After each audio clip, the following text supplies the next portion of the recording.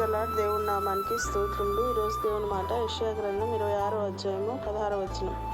శ్రమలో వారు నిన్ను తలంచుకునిరి, నీ శిక్ష వారి మీద పడినందున వారు విశేషముగా దీన ప్రార్థనలు చేసిరి. ఆమె ప్రార్థన. పరిశుద్ధుడైన మా తండ్రి, మీరు ఇచ్చిన శుభదినాన్ని బట్టి స్తోత్రములు.